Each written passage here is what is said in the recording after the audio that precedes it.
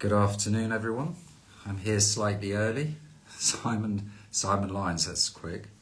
I'm about to be joined, and welcome everybody. Tony Lorenz about to join.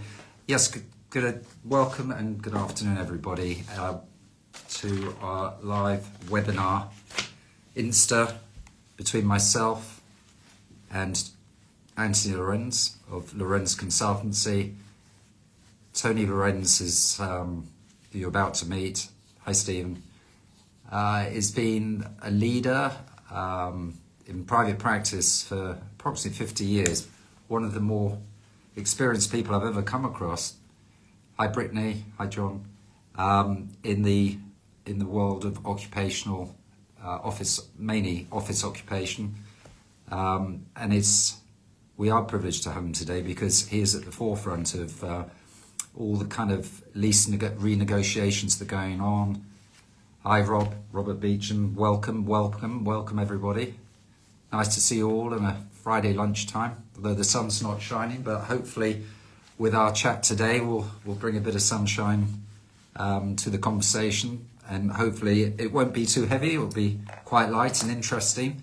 I think, hi, Adam.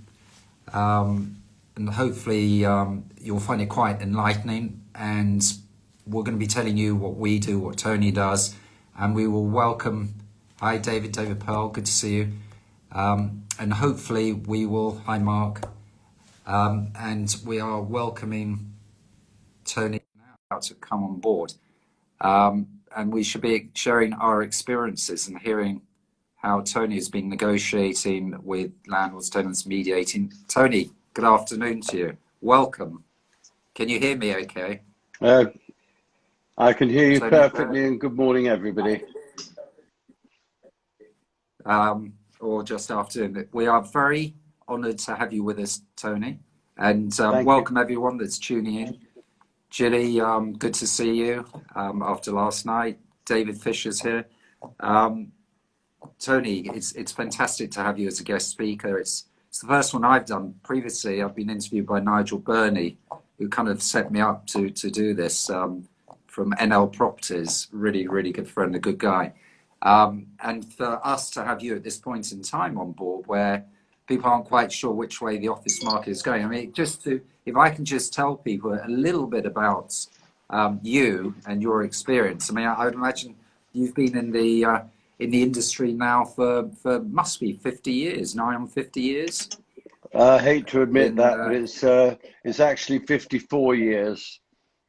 I started on May the 8th, 1966 at Lewis and Tucker. Wow. So I would challenge anyone to find someone with greater qualifications. Don, my partner, the greater qualifications than you at this moment in time, and your energy levels are amazing. So we are here welcoming everyone, welcoming questions. But to begin with, I want to ask Tony, and a bit of background. I said Tony's the senior partner of Lorenz Consultancy, and before that he was the senior partner of a very well-known practice called Baker Lorenz. So it's fair to say, Tony, you've always been on the side of leasing, occupation, rent reviews, lease renewals, tenant negotiation, mainly offices, but also leisure, and clients such as you used to have Sky TV, part of Comcast now, obviously, HFC, part of HSBC, more recently Goldman Sachs. You get involved with your team also with dilapidations, I know. So it's pretty much the full spectrum of on the whole central London office market. That's fair to say. No, it's not really just tenant rep. It's landlord and tenant rep. Landlord. I started asset managing Lee House London Wall in the 1970s before the word asset manager became a word that we all know today. Yeah. Right. So we're liaising with landlords, tenants, and and especially a lot of negotiations with regard to tenants who are in trouble and can't afford to pay rent to landlords, and also acting for landlords trying to get rent out of tenants who can afford to pay rent. So it works both ways. We're mainly a rent review, lease renewal and lease restructuring practice, but move over to corporate recovery in times of recession, which is my fifth one now. I know. Right. So, Tony, what I think people out there are going to want to know, what is going on at the moment? We have a June rent quarter day coming out very shortly. I think from a landlord perspective, as you know, I'm an investment agent, Hycoxy. I'm an investment agent. I've also got a slight management hat on in that we have a sister company, as you know, called Metris. Indeed. So I'm trying to keep quite close to Metris, who have I think a rent roll of 300 million a year amongst all their properties, £6 billion portfolio.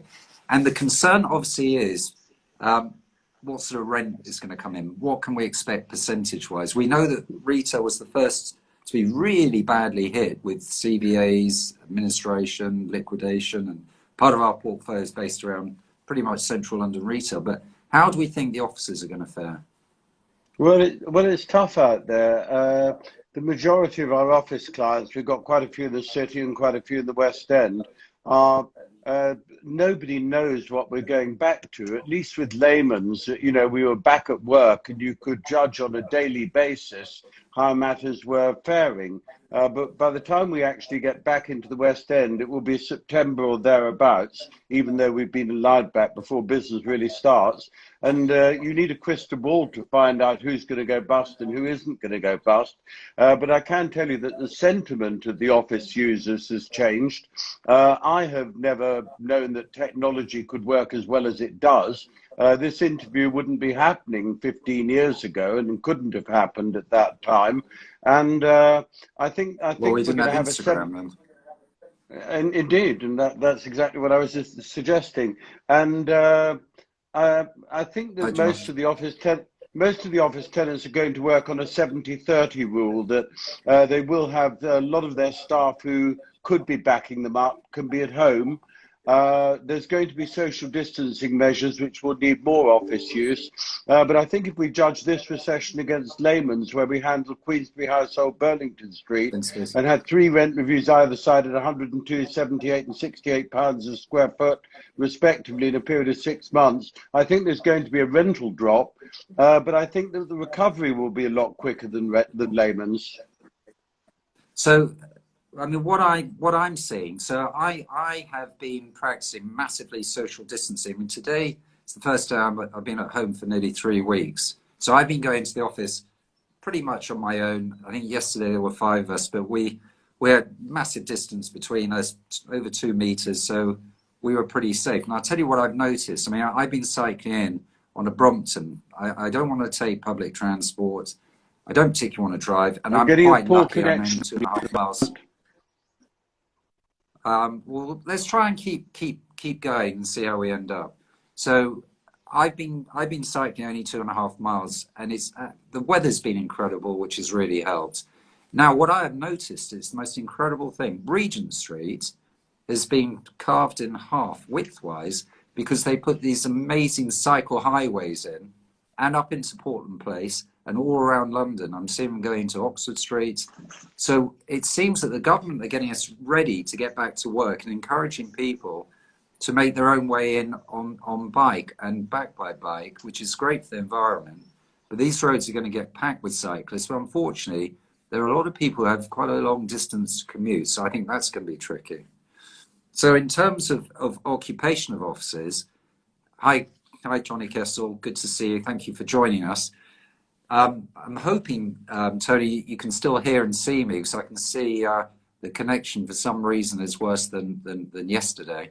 But how do we see going forward? Do we see that from our perspective as investment agents, we buy a lot of office buildings for clients that traditionally, until the lockdown, people were very closely crammed in their buildings, and there were a lot of requirements out there for expansion space. Now, what I've learned is that people don't really like sitting side by side. Before the pandemic hit, sitting side by side was considered on top of one another, lack of privacy space, And actually now they're saying, well, you can actually catch things from people up until a metre away. So we were seeing a change, and this has been accelerated by the way the tenants occupy buildings. In other words, traditionally back of house was really too packed, with front of house, beautiful meeting rooms, reception areas, etc. So with part-time working, and when I say part-time, probably three days out of 5, hot desking, etc., etc. It may change the way we occupy our offices. Is that how you would see it? I think you're 100% right on that. Funnily enough, we've got 2 self-contained buildings at the moment, one in Headford Place and another which is 20 Upper Grosvenor Street. And we've suddenly seen much more demand for the actual traditional building as opposed to the modern office floor. I certainly think that amongst the real casualties of this pandemic are going to be the serviced office operators. Would you say more the co-worker rather than the traditional? Because I can tell you something. My ex-partner, original founding partner, David Saul, who is a major partner in Business Environment Group, they operate 800,000 feet. Very interesting concept in that traditionally he would rent out his operation a third long-term leases, a third medium, and a third very, very flexible as cellular front door type offices, no co-worker. And he has had his tenants in place for a very long time, as he calls them his customers. And they charge monthly, and they are 90% rent payers. He's been collecting 90% per month. And where he is down is obviously on the secretarial services, renting boardrooms, etc. But he's very successful. And I'm seeing other people who have done lettings during the pandemic of that short-termism offices, could be 3 months, 6 months, a year. So I think people seem to want flexibility. They want to know where they're going. Well, I think you're going on to 2 questions. You're going on to one question, which is the type of space which people will want. And you're going on to another question, which is the flexibility of users. There is no doubt that flexibility costs money, because if a landlord's got a decent tenant for 5 years and isn't going to get voids every 6 months, he can charge less. Flexible offices have always been 40 to 50% more expensive than traditional offices. There's been a balanced argument as to whether traditional stays in the 10-year lease with 5-yearly upward rent review stays. And I think actually both traditional and flexible offices can and will survive together. I'm very worried for the continuation of the of not necessarily your friend, but the kind of traditional co-working office, where I'm not sure that you want to go in and sit at a desk with somebody sneezing next to you, right? And we just don't know the mentality. The one thing I can say is that the demand for private space has certainly increased. And if you had, let's say, even a 1,500 square foot office floor, where you can have your own private office floor, you've got 2 lifts in the building rather than 1, and you can have social distancing, and you can spread out between you and look after yourself as a family. I think that demand, as far as space concerned, is ideal. Yeah. As far as term is concerned, short term creates higher rents, and so if you can budget for a 5 or 10 year lease, it's better value. I agree with that. Very quickly, I think we should answer a couple of questions. Number one, Lloyd E. Harris has asked what's going to happen to spaces like MetSpace, Hannah, etc. So MetSpace, as you know, is a part of Metris. So MetSpace is they go in and they manage to let within 4 weeks, and they splinter floors, they do a fit out, landlord's expense, and they overachieve because they've given people flexibility. Really, it's plug and play, so it's all decked out, ready to go. And you would traditionally get 40-50% greater, well, maybe 100% greater rent, because you've got all services included, you've got flexibility, and you've got a nice working environment. So in my opinion, and I'm buying hopefully a building at the moment with a vacant floor, typically MetSpace go 2,000 to 3,000 foot floors. That is the way forward. It's flexi space, flexi lease. Certainly in the short to medium term, whilst people recover. I mean, Tony, can you see the questions coming down? Iconic London. Yes, I can. Office space went down to 30 square feet per person as tech got smaller. Yeah, crammed in like battery farms, say chickens. Now back to 70 to 100 feet per person, which I would go along with that. I would be doing some analysis as to where your people come in from, because a lot of these people are one-man bands, right? And if they're coming in from, as Richard Russell coming in from, let's say, Winchester, they've now found home space at home to work from. Those who are working and aren't furloughed. And I would be a little bit worried about whether the demand which they had pre-coronavirus will stay up. I think there is a demand, to put it bluntly. I have never known that I could mobilize my whole team, and I have an office in Hanover Square, and I could actually live, if I didn't want the pride of having the office in Hanover Square and also being just opposite the square to you, which is the most important thing to me. The answer is I don't actually need to pay 150,000 a year all in for my offices. I could live without them and just have a meeting room. Okay. Tony, I'm conscious that we've only got an hour and we're already sort of 17 minutes through. Chap called Michael Davis. Hello to you, Michael. He's got a question for you, Tony. Please, Tony, do you represent tenants or landlords more? So who do you represent more, tenants or landlords? Don't you think representing both is slightly contradictory? I mean, I would imagine that you would comment about saying you're taking a point of mediation possibly rather than, I'm not putting words into your mouth, but how would you respond to my? Well, I would call it conciliation instead of confrontation. The mirror image of what we are saying from tenants to landlords should be mirrored in the way in which we deal with land on behalf of landlords to tenants. We happen to be probably about 80% tenant and 20% landlord. I am of the belief that landlords need to fully investigate the plight of their tenant.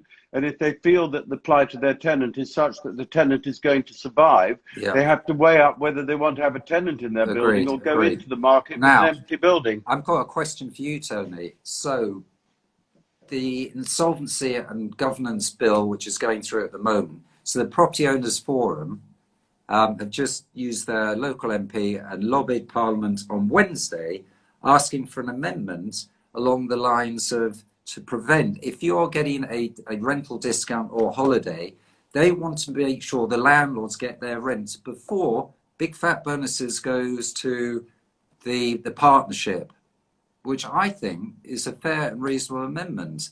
In other words, why should the tenant, who could be making a big profit once back, why should the tenant benefit before the landlord gets any rent? In other words, they couldn't have operated without the landlord's office. And where I think we're coming from, as you know, my background is investment, is that what we don't want to do is alienate my clients because they are providing the building for people to operate their businesses from. If we lose, landlords, banks take the keys back before you know it, we're whoops, you lost me then, I fell over.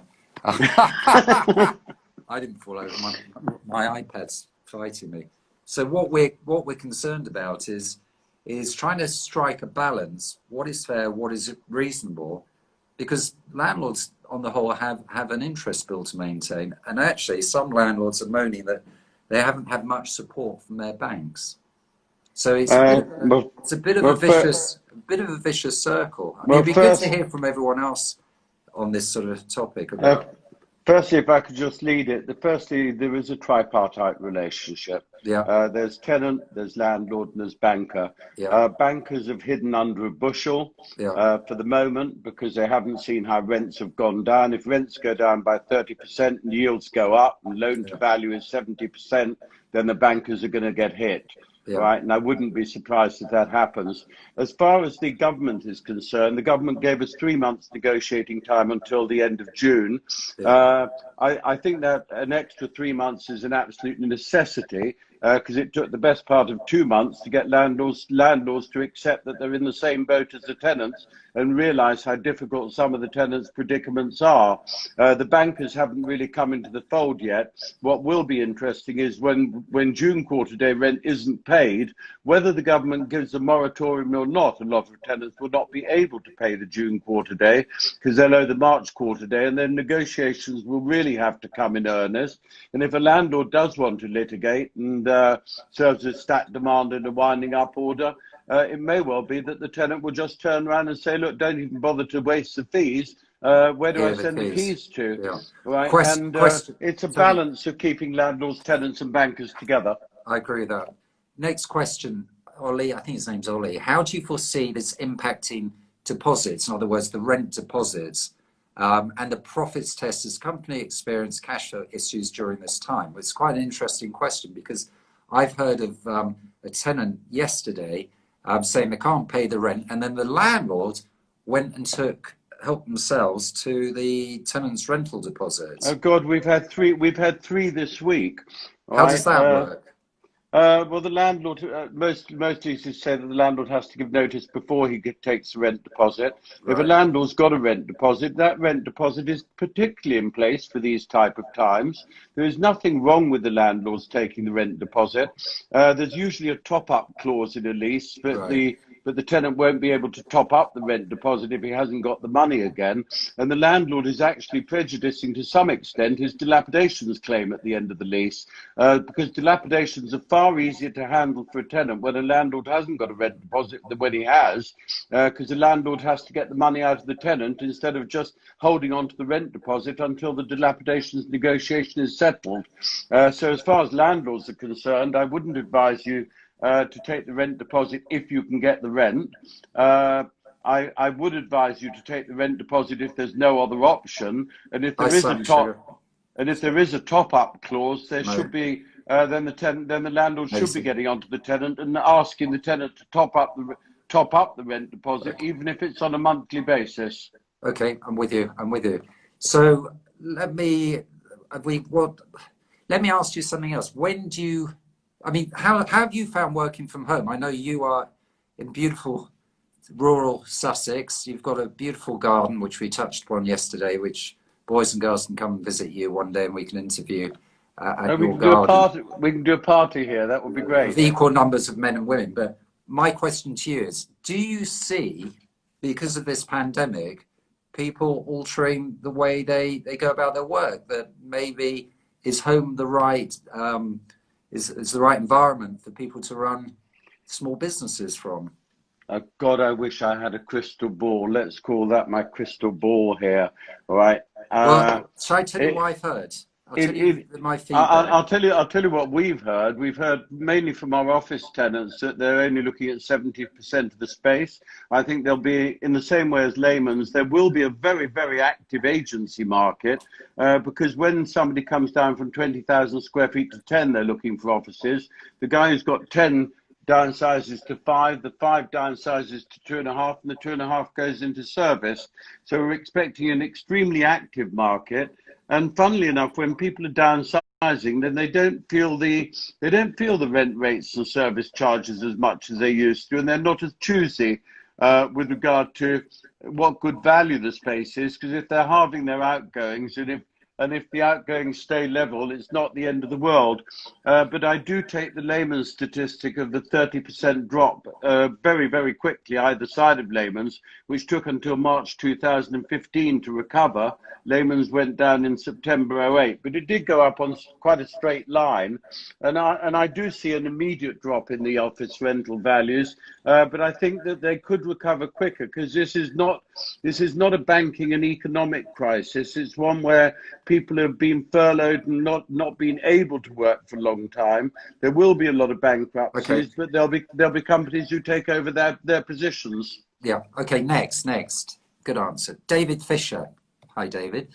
With very significant changes happening in the way offices and retail are now consumed, are we heading for a very significant reduction in commercial buildings? And how would we reduce commercial buildings? Is that to residential or just boarding up buildings? I mean, I would imagine it's location driven. Certain areas the prime, where actually the investment market is still super, super hot. And we've been doing deals whilst under lockdown that we've managed to agree deals and actually get them over the line. Where we've found that the market is at its peak is very, very prime. You know, the Mayfair, the St James's, very good West End, very, very prime areas of city. And I think investors are treating this moment as maybe buying buildings that they couldn't have bought before, and vendors not taking the discount. So, for instance, we sold a property for a big client, St James's, as a lock-up shop on a pre-agreed COVID price. I think it was 2.97 for a lock-up shop. £3,200 a foot capital value. There was no price renegotiation, went straight to completion. Both sides behaved very well. And we've had a number of these deals where, because they've been so prime, there's been, and I think there always is a shortage. Most of the cycles I can remember, maybe the exception when interest rates touch 15%, we didn't really get a big flood of super prime property. And the only market I've seen that has really slipped a bit is, you know, Oxford Street, where the Zone A's have moved back. And I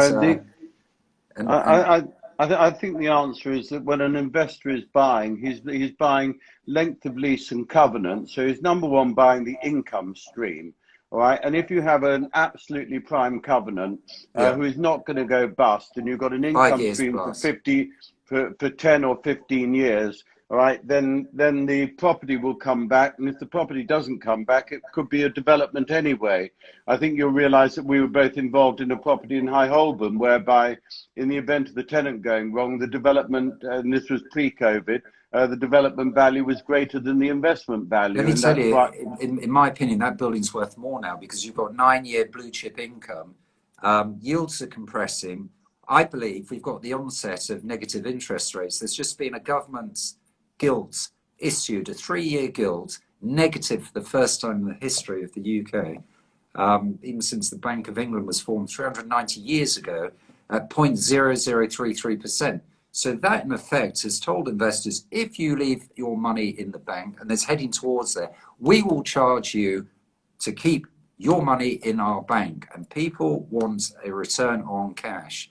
So, in my opinion, anything with a 5-year WALT plus, a headquarters building or a quality office building, it will have yield compression. It will be much in demand. We have a number of very, very wealthy, high net worth clients that need to place their money, cannot leave their money in the bank where inflation is gnawing away. And the other thing, talking about inflation, is are we heading for high inflation? If we're heading for negative interest rates, sterling seems to be getting quite weak. It's gone weaker and weaker, which means as we import, so we're a nation where we import a lot more than we export, and particularly with the effects of a hard Brexit, it means the goods we're bringing into the country are costing us more, and therefore, translated, means that we are going to have higher inflation. So I'm not sure how that's going to pan out. I agree with everything you say. And a casino operator that we're acting for was asked to put his lease on a CPI basis.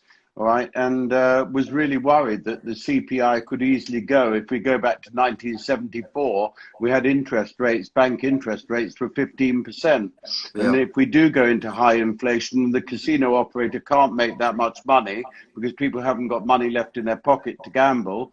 All right, and so they make losses against a CPI which could go mad. So certainly collars and caps on RPIs and CPIs. I see a lot of 1 and 3s. Quick question, Tony, from Michael Davis. Hi, Michael. Question: would Tony be prepared to be some kind of government czar in an advisory role if asked? Well, you've certainly got the experience for it, Tony. And I would imagine the government could lean upon you or Treasury advisory committees. Some agents have been, of people you and I know, like Ian Marcus and all sorts of people, because they might need to know about occupational costs, about rates, how can they stimulate the economy? How can we keep London at the forefront? It's a good question. Would you be up for? I think the best answer as I can give is that my ex-partner John Baker used to call me subtle as an air raid, and I don't think I fit in. I would love to advise the government with regard to a good experience. I would love to advise them. I probably Would you can't work with afford to. could you work with Dominic Cummings if you could find him? Well, Shall we move that's what swiftly on from that question? I think think so. I think we know where we can find him, somewhere out in his car visiting somebody. Yes, I could work with those sort of people, and a lot of my clients are fairly, kind of institutional white collar clients. Right, we're not only on the entrepreneurial side, but unfortunately, the governmental system is something I don't agree with. Because if we've got to have 560 people who are actually ex council workers from West Bromwich East deciding on what this country is going to do, the whole system needs changing. And I think if the government changed, one could work with the government quite easily. Okay. Next question. I think it's Gerds. We're being offered a freehold building in prime town centre location for a good price. The uppers will. I'm not sure where that question. Oh, here we go. Is it too risky to buy vacant retail? It depends where the retail is, what location. Are you buying for recovery? Are shopping centres located nearby? Is the region overshopped? What are the demographics like? I think there's a whole host. Is it a wealthy location? It could be a great. I tell you what was interesting, Tony. Stretton's, who I'm working with a receivership on something with them at the moment, have been doing online auctions. I noticed that, yeah. It went unbelievably well. And I'll tell you, it's quite interesting because you and I have been, I suppose, over the years to many auctions, and you go to an auction, and it doesn't necessarily have to be property. And you get that adrenaline rush, you see who's bidding, it's all a bit of a pantomime. And when you're at home, you haven't quite got that same picture. You can't quite judge what the competition's like. And I saw a property the other day, I had a reserve at 1.4, went for 2.75. 1.4, if that was the highest price it would have sold. To go from 1.4 to 2.75, quite interesting, and it could be the way forward. I think my advice to people going to online auctions is if it's almost like going into a poker game where you call a hand which you shouldn't be calling because you get so much adrenaline on it. And I do play poker online, and I do lose money online, but I enjoy it. Online auctions you can get wound up at an auction. The most important thing at an auction is to actually put your stock price on yourself and hold to it and not get wound up, because you could end up with a property you don't want. Vicky, good afternoon. Vicky Desange, good client and friends. In light of the protests for equality beaming around the globe, could you both explain what role you see diversity playing for the Lorenz Consultancy and Michael Elliott? Tony, you can answer that question. I have no idea. I mean, look. I think it's a fabulous question, and you know what? It's a very poignant question. It's the right question to ask now. But whatever answer you and I give, you have stumped me, Vicky. Right, I am absolutely in favour of women in property. For example, if we call that diversity, I find them much more. Women. There should be a lot more women in property. Women are hardworking, conscientious. I mean, we've got a position to fill. I would love to find a good surveyor. And the other thing is that. It's horrendous what's going on in the States at the moment, and it's right that attention's drawn to it, but it's almost after the horse has bolted. Where were you all before? Now you're all putting up on Insta and social media these signs. I mean, it is in today's day and age, and it's been forever with all ethnic minorities. It's not something I want to really get involved with now on this chat, but the world is changing. The world is changing the way we employ, the way we occupy. And I think there could be some very good positives back to a proper sense of value when this horrendous pandemic is out of the way and we all move on. And we all hope that we have a V-shaped recovery. I think the advantage of dealing with women, just to mention it in property, we have a lot in the rent review and lease renewal field, right, is that there isn't that kind of egotistical challenge that men have with one another. It's not about winning; it's just about getting the right result. And Yeah.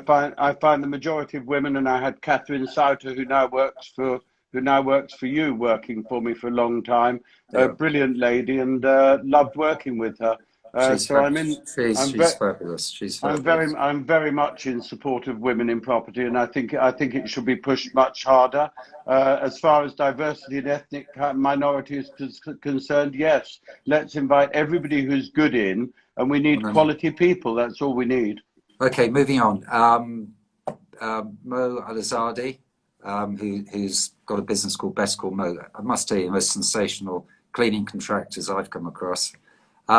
Mark, I'm curious to know what Tony's thoughts are on the future of co-working spaces, namely the likes of WeWork or World businesses more inclined to surrender leases and switch to flexible offices, which we kind of touched upon, a little while ago. But Tony, just a few words, just to recap, not to go too long. I was involved on the Goldman Sachs building, actually advising on a WeWork bid to take the building, and I'm very worried about. I'm very worried about major middlemen, all right, who can be outstripped by the landlords doing their own things. Landsec have got their own office business. Colliers have got their own, all right, and there's nothing magical about what WeWork CBRE have do. got a big one. CBRE have got one. There's nothing magical about what they do it, except that they do it quickly and efficiently. All right, and there are quite a lot of directors of WeWork who've left to set up their own consultancy to do this for people, and I would be worried about running a WeWork type business in today's market. Okay, next. CJ. If we were to invest in one major UK REIT today, right, which one would it be and why? And Derwent, I have to say, every day of the week. Mr. L and I agree that we're big fans of Derwent. I'd be very happy working in a Derwent building. Their design, I think they understand what the occupiers want, and whether you are in sort of their Fitzrovia estates, Charlotte Street, Tottenham Court Road, New Cavendish Street, which was the original London Merchants Securities estate, or whether you're in Midtown, their products, you've got to say, is really first class. I mean, I don't know if you've been to their offices. Piercy designed them, super cool. And the other thing, CJ goes on, is talking about the Capco Shaftesbury. Now Capco have acquired the 26% stake held by Sam Tackley. No, funnily enough, they've got adjoining estates, and I was involved in Newport Court, which is the connection at the end of Gerrard Street with the Capco area. Right, that was the Robert Bourne block, wasn't it? I cleared the building to get vacant possession, and then he sold it to Shaftesbury. I'd like to go back on Derwent for a second, because Derwent just have a culture which works. I'm very proud to say that Simon Silver was my first office junior when I was at Lewis and Tucker. Lewis and Tucker. Right. And I live locally to Simon. I took on his best mate. I took on his best mate Stephen Collins, who's now with Mark Steinberg, as my office junior. But I took him with me when I left Lewis and Tucker in '72, because Philip Lewis said, if I take Simon Silver, all hell will break loose. So he was left at Lewis and Tucker. So Derwent was created by that relationship. And just think, it could have been you at Derwent. You could have been Derwent. I've never been a property owner. I've never been mindful as a property owner. I prefer advising in the background, right, and let my clients play with the chips. And can I ask you another question? With your long and distinguished career, 54 years, have there been many regrets along the way? Not one. Not one. Wow. There has not been one moment where I haven't loved what I've done. I regret that I had to part company with John Baker in 1999, and then we rebuilt the business and we sold it in 2001 to Larry Lippman. Do I enjoy every second of this business? Yes. Am I meant to work during my lunch hour? No, because I actually put myself in hospital by doing 21 days of 3 hours sleep a night to get ready for the coronavirus negotiation when a club owner phoned me and had taken £12,000 against 160,000 a week. love the business, love the people I deal with, Do you and still I do have it the for fun. same?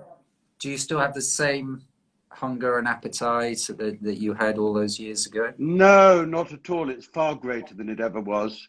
Right? You and I are kind of in the same boat. It just builds. The more you do, the more you want to do, and the more people you impress, the more you want to impress. And the most important thing is actually handling your negotiations for your own self-satisfaction and that of your clients, and to get the pat on the back at the end of the day. And if it's Robert Beecham does not agree with me. He always denies me, and he's. I think Robert may be watching old I know he's watching, and that's why I'm Bobster saying it to you, Beecham and Robert. Robert, I'm going to Beecham and say in Bobster pub. Lorenz. I'm going to say in public, Robert, you never ever agree with me. I do what I do because I enjoy what I'm doing, and the money is the money that I happen to earn, which isn't that much, is a byproduct. Yeah. But look, you've got to look forward to getting up every day and going to work. And if you don't, you've got an issue. And as we know, life is very short, and this pandemic has kind of brought it home to roost, really. That from a personal point, I find that the lockdown period has been.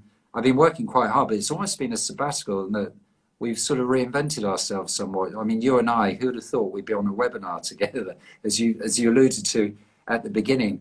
Plus, I've been eating super healthy. I've been training 7 days a week. I've been riding a bike everywhere. I love cycling. I'm not actually too looking forward to jumping back in my car. It's different from you living miles from London. Without a car, you're up the creek without a paddle. But anyway, going back to some of our listeners, Rob Simmons, hi Rob. With the ease that companies can arrange CVAs, and this is going to be a good question, I can see it's from Rob, and the government's measures to prevent legal action against non-paying tenants, i.e. we can't stack demand, etc. Are we going to see institutional pension fund investors take a risk? Does that mean, is that a question, do we think institutions and pension funds will buy now? Because I can tell you that the institutions on the whole are out until the pandemic's over, until they've got clarity. Because most funds are sitting on cash. So most of the work that we're doing, a few of them with funds, but a lot of it's with the super high net worths. But I think that was probably more for me than you. Lloydie Harris, Lloydie, can you do a part two? I'm not sure I've got the strength or energy. Oh my God, that's quite funny. The next one. This is like the chalet online. That comes from my good friend Ross Friedman, who started I've just spoken to Aaron. Ross worked with me for 20 years and still speaks to me, so that's pretty good. Funny enough, we used to meet. So the reason why he's mentioned it, because Tony and I don't know for how many decades, used to go to the chalet for breakfast and lunch every day until Tony helped remove the tenants so they could knock the building down.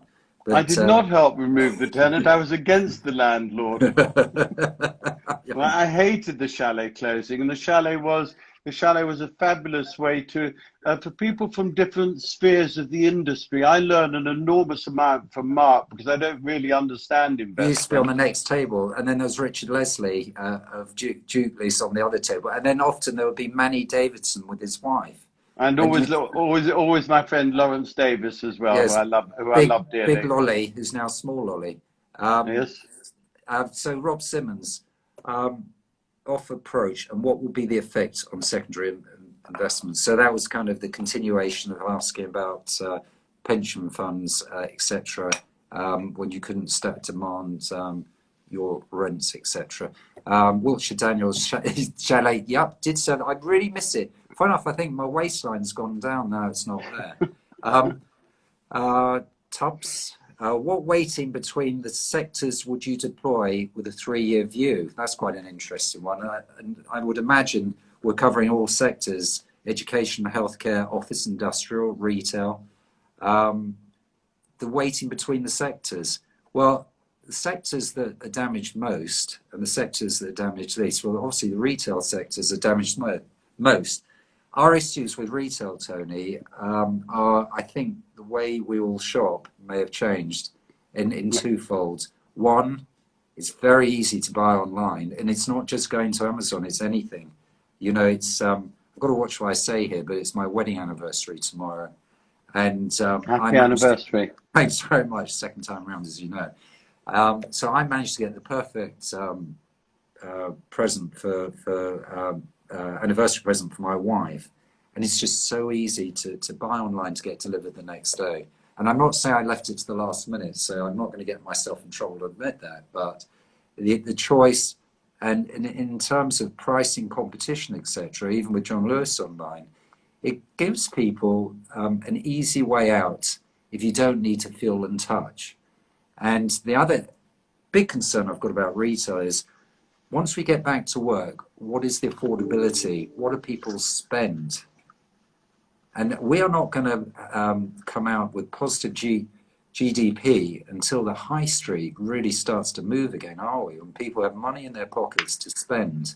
So often we get out of a recession by spending in the high street. So my concern is, hi Scotty, my concern, Scott, don't you dare say anything to my wife.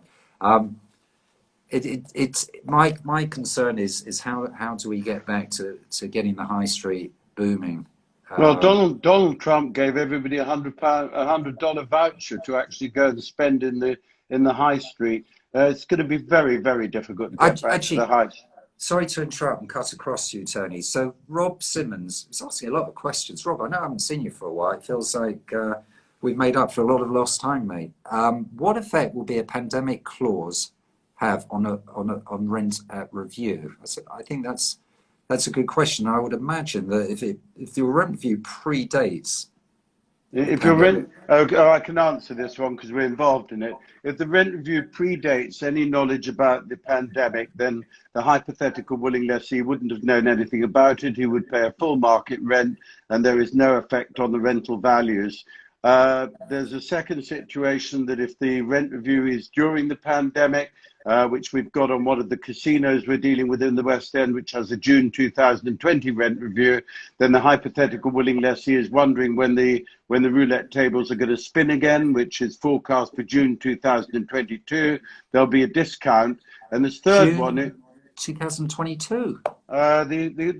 None of the bars, clubs, restaurants, and casino operators are going to get back into their profits until at least June 2022. All right, that is the message that we're getting. So there will be a gradual build-up in profits, and if you're taking that over a 10-year lease, it's easy enough to work out the mathematics of that. But I think the real question was a legal question, and will there be the acceptance of a clause whereby a return pandemic would be called a force majeure, which would bring in which may be disregarded on rent reviews, that you disregard the effect of a pandemic. I have heard lawyers actually suggesting so far that we should have a sort of a force majeure clause in leases, and the state of California has now announced, which is even worse than that for landlords, that in the event that the landlord and the tenant can't sort out a deal in the leisure industry within a month, the tenant has an automatic break clause for the rest of the year. And whether the government... That's a bit harsh. It is very, very harsh, and I don't think our government will step in like that. But we must not forget that in 1974, I think it was, we did have a thing called the rent freeze, whereby if the rent went up from 100,000 a year to 200,000 a year on a rent review, the landlord was not allowed to collect the increase, and I think that went on for 14 months. Okay, next. So Ross has asked, what advice would you give an 18 or 22-year-old leaving education, going to property? Where would you advise them to go? I can give an answer to this and what I did. So I went in as a young man, and we were in an early 80s recession. And I went into a small niche practice called Michael Cooper and Partners, who I have a lot to owe them for, and I learned very quickly. And so, yes, I started in management and then agency.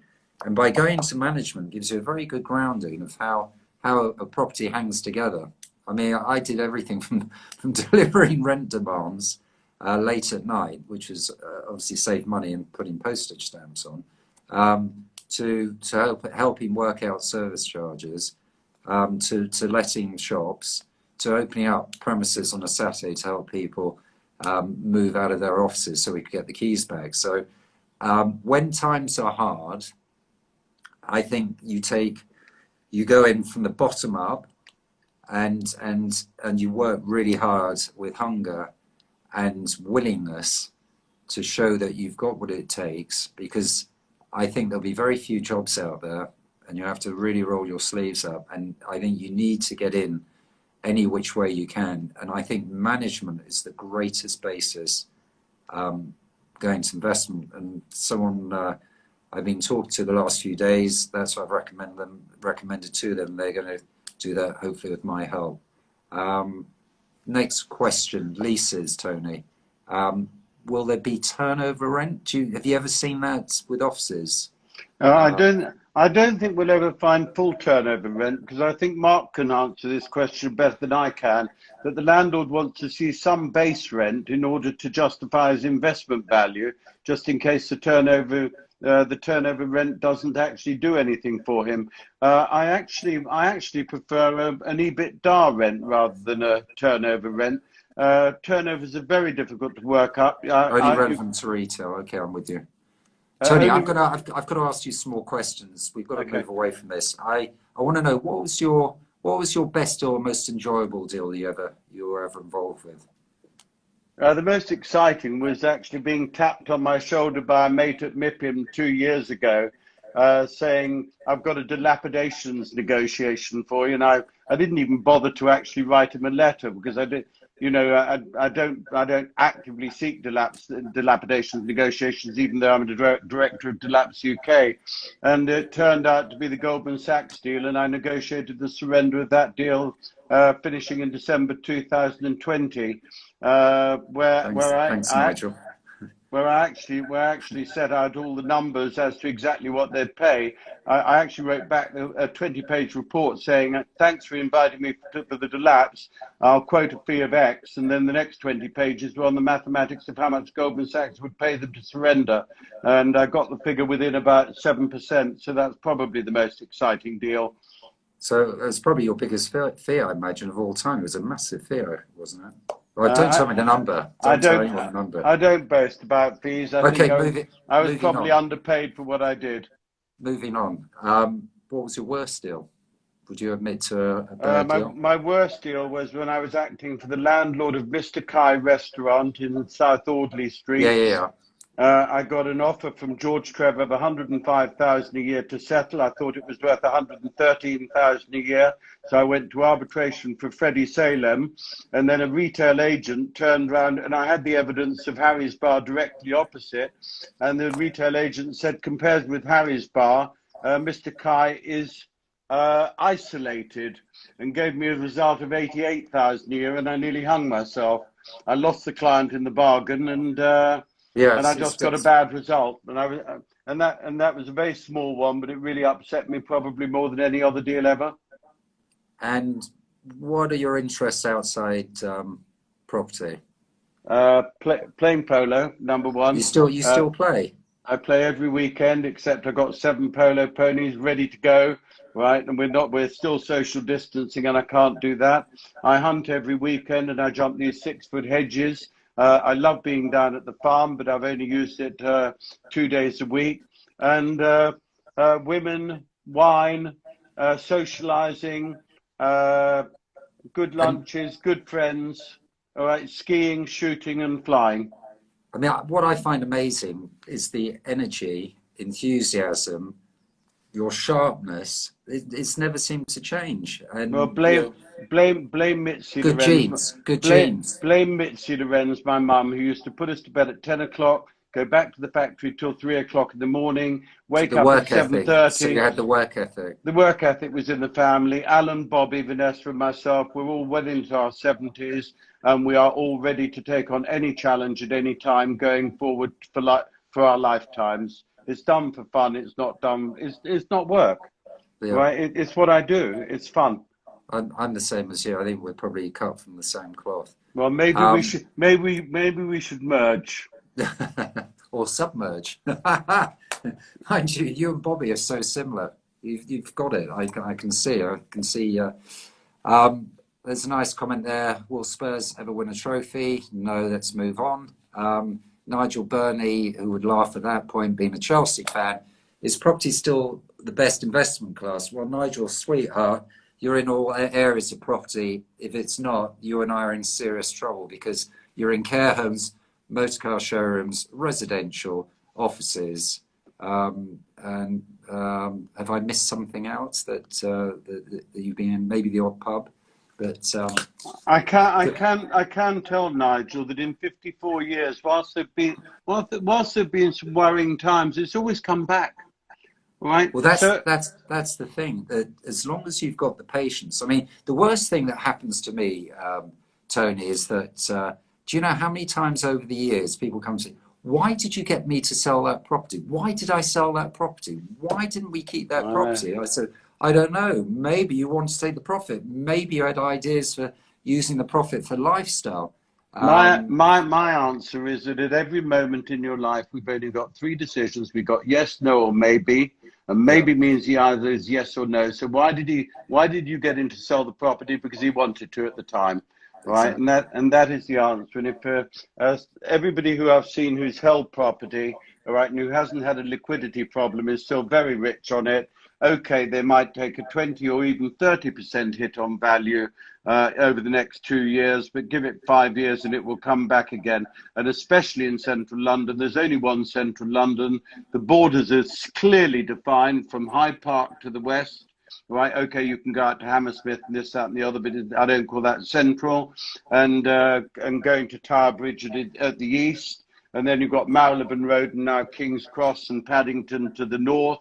Right, and you've got the river in Southwark and Bermondsey to the south, and there isn't enough space to accommodate all the commerce which is going to happen in what we live in, which is the best commercial city in the world, and it will come back.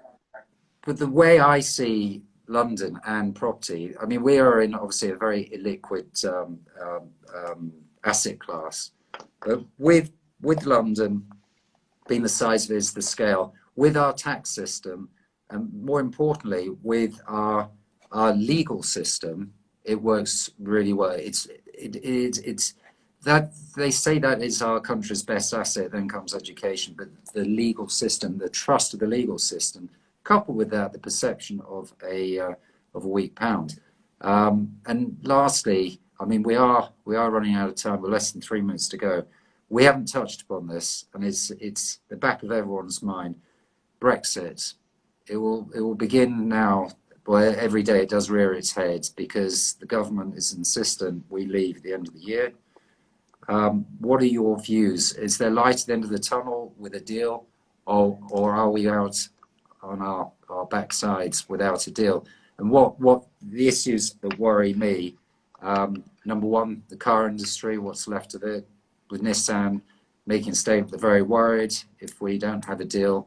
Will they stay here? Will they continue employing? Fishing, the fishing industry, it seems that the EU want part of our waters. I'm not sure why they should be allowed to take our fish. And let me tell you, I'm not nationalistic. I wasn't a Brexiteer. But these issues that now come up, how does the banking system work? So there are a lot of issues down the road. I mean, for you and me, the last 3 or 4 years, there's been landmines everywhere we've gone. We had a referendum, we decided to leave. I've lost count of how many general elections we've had, and new heads of the Conservative government, and then the pandemic. I mean, have you ever known so many issues to navigate around? Funnily enough, the Brexit looked like it was going for the first time on the right track before the pandemic, and let's not forget that. I actually did vote to Brexit because I voted to renegotiate a bad deal with the club, which I thought could be done in no time. And what Boris did, if Theresa had done the same thing, we would have had Brexit sorted out in a year. Well, I know. All right, and the funny thing is that the property market actually traded very well through Brexit. Tony, we're going to be locked out very, all right, very then shortly. We go. So what I want to say is, thank you, everyone. We've had a great bunch of questions. We've had fantastic people come in. And Tony, you are truly a legend. Thank you so much. You're the legend. I've had a lot of fun. a bit weary now, but I'm very happy to do another one if there's public demand. I think it would be great. only if there's public demand. If we hear back that people want two old whatsits to go at it again, Codgers, and codgers, friendly codgers, I call us. If you want us to come back again and give it another go, more than happy to do so. We've got a Rays of Sunshine charity lunch for 500 people, which I'll notify you on June the 25th. I'd love you all there. But Tony, God bless.